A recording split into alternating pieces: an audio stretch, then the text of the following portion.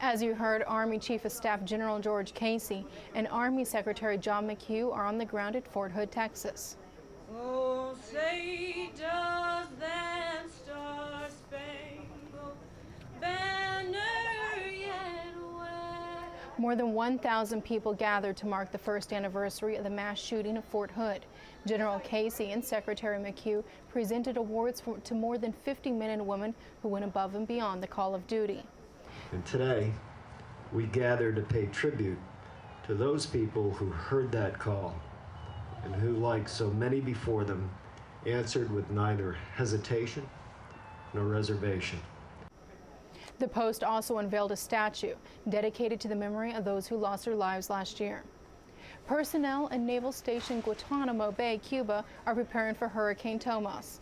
Officials say the base is on a level 3 condition of readiness, checking food and emergency supplies, ensuring equipment is tied down, and making sure everyone is ready for the storm. Every year we do a hurricane exercise around the May timeframe, about when the hurricane season starts. So I'm confident that the training that we've done on the base each year and that the residents have been able to participate in will help us get to this hurricane season in a better shape. But first, the storm will cross over Haiti's southwestern tip. Defense officials say the U.S. military is ready to respond quickly if necessary. Thousands of people in Haiti are still living in tent cities following January's earthquake. USS Iwo Jima is headed toward the island with a crew and medical supplies.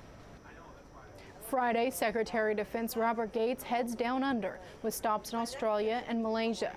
He'll join Secretary of State Hilary Clinton in Melbourne for security and foreign policy meetings. Australia is the largest non-NATO contributor to the ISAF force in Afghanistan, with more than 1,500 troops serving.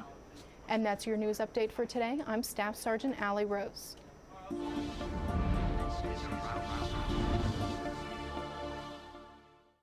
Well, since 2004, NATO has secured the airspace over Lithuania, Latvia, and Estonia as part of the Baltic Air Policing Mission. 3 times now, the U.S. Air Force has deployed fighters as part of that mission.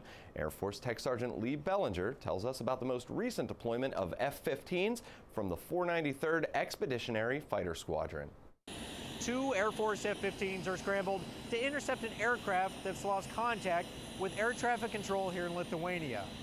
Only this quick reaction alert is a training scenario for NATO's Baltic Air Policing Mission. The pilots scrambled in about 5.5 minutes, which is a pretty good standard that we've been able to maintain here from the time that the klaxon went off.